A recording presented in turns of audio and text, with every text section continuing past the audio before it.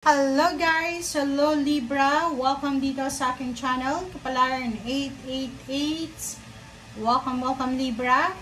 So, by the way Libra, itong reading natin na to is weekly tarot reading for the month of February. So, pasensya na kayo hindi nyo makikita yung kamay ko kasi may sugat ako. Ganito muna tayo sa ngayon, siguro mga 2 weeks or 3 weeks kayo. Okay? So, yun, Libra. Pero binalasa ko siya binalasa ko siya bago ko siya nilagay dyan. Same process din, kaso hindi ko pinakita sa camera. Okay? First card natin is Solis, Bodies of Water. Sa linggong ito from February 3 hanggang 9, sinasabi dyan sa'yo ng barahan na Libra, spend time near water. So, unang-una, dehydrate. Or hydrate, sorry, dehydrate. Okay, hydrate guys, para maiwasan yung dehydration. Water, drink water. Next natin is spend time sa nature, especially sa water. Sa ocean, river, or sa lake. Okay? Para ma-recharge yung energy mo, para ma-recharge yung battery mo. Okay? So, yun. Okay. Next week, 8, so, hindi pa siya next week. So, 8 siya. So, pwedeng February 8 siya. So, mag-iingat ka in terms of money or in terms of communication. Huwag kang masyadong magtitiwala kasi pwede kang anong tawag dyan? Pwede kang maloko. Pwede kang ma-scam. False person Nakikita ko sa'yo dito, may nakapaligid.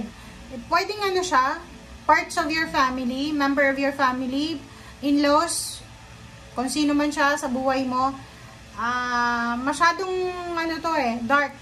Maraming sikreto siya, sinungaling, manipulative, mag-iingat ka dito sa fake person na to.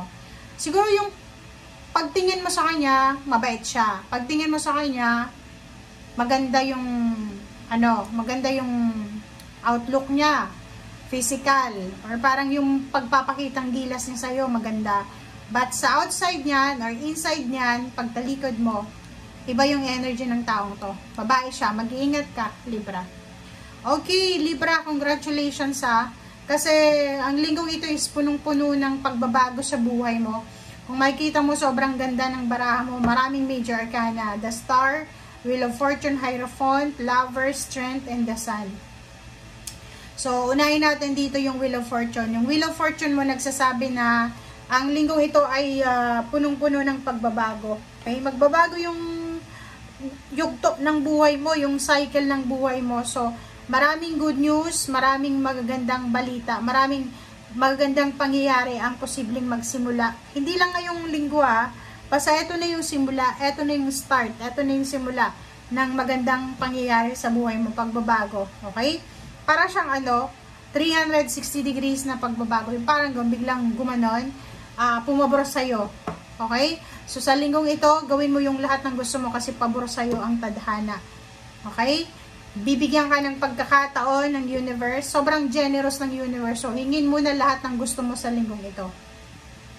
Okay. So, dahil dyan, sa transformation na yan, sa good karma, sa cycle na yan na darating sa'yo, sobra kang magiging masaya dito. Okay, the Sun. So, the Sun, siya yung pinakamasayang tarot card sa lahat ng tarot deck.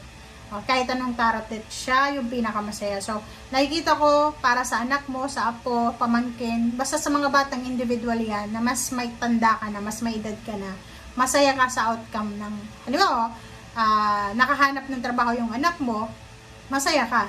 So, yung apo mo, parang ganon. So, nakikita ko sa'yo dito na maraming magbabago sa buhay mo, involved yung mga nakababata pa sa'yo. Okay? Yun nga, sabi ko sa'yo dito, mag-iingat ka sa linggong ito dahil merong 5 of Wands and King of Cups. So, sinasabi sa'yo dito, maging kalmado ka. Kalmado ka naman wala akong kilala na Libra na war freak. Wala. Ang Libra, kalmado, mapagpasensya, mabait, matulungin, parang ganon. So, walang grudges. So, nakikita ko sir dito na panatilihin mo yung ganyang klase ng ugali mo sa linggong ito. Iwasan mo yung gulo, iwasan mo yung pakikipag-away, pakikipag-diskusyon, Iwasan mo yung negativity, toxicity. Kalma lang, okay? Kumalma ka lang. And dito sa barahang to, sinasabi na sa wakas, 'di ba? So sa linggong ito, ang linggong ito ay punong-puno ng unexpected twist ng events, 'di ba? Yung parang hindi mo inaasahang mangyari ay mangyayari.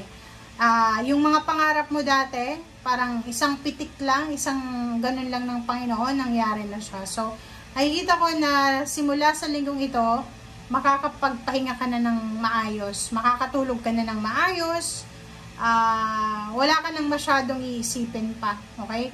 Parang nakikita ko sa'yo dito na nakaano ka parang gano'n, yung nabunutan ka ng tinik sa dibdib mo, parang gano'n.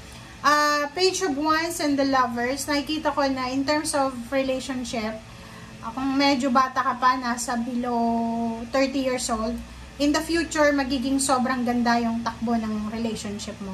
Mutual relationship, intimate. Kung nasa edad ka naman na 60 years old below, nakikita ko sa'yo dito na yung focus mo ngayon is pamilya. Wala ka nang pakialam sa relationship mo. Parang iniisip mo na as long as na maayos yung takbo ng anak ko, apo ko, o yung asawa kasama din. But nakikita ko sa'yo dito na mas nagpo-focus ka sa peace of mind. Physical health, strength, nakikita ko sa'yo dito na you are super strong. Physically, syempre diba, parang boost ito itong magbabago sa buhay mo, itong darating na swerte, good luck and good fortune. Para lang yung para siyang injection sa katawan mo na bigla kang magiging malakas. Ganun naman pag may mga good news na dumarating sa atin, parang bigla tayong lumalakas. Parang, basta parang ganun. Okay, Hierophant, nakikita ko sa'yo dito na surrounded ka ng mga taong pwede mong maasahan in times of darkness. Ibig sabihin, napapaligiran ka, may mga tao sa paligid mong fake yung energy nila, but meron ding mga tao sa paligid mo na Hierophant na talagang genuine yung nila, yung emotion nila sa'yo. Okay? So, nakikita ko sa'yo dito na maraming mangyayari sa'yo sa linggong ito na pwedeng ma-amaze ka. Siguro yung iba na hindi naniniwala sa Panginoon, siguro iisipin nila, talagang swerte ako. Pero, kung naniniwala ka sa Panginoon, siguro this week, marami kang marirealize. It's realization to ng glory ng Panginoon, ng mercy ng Panginoon, na parang this week, marirealize mo na napakabait ng Panginoon sa'yo.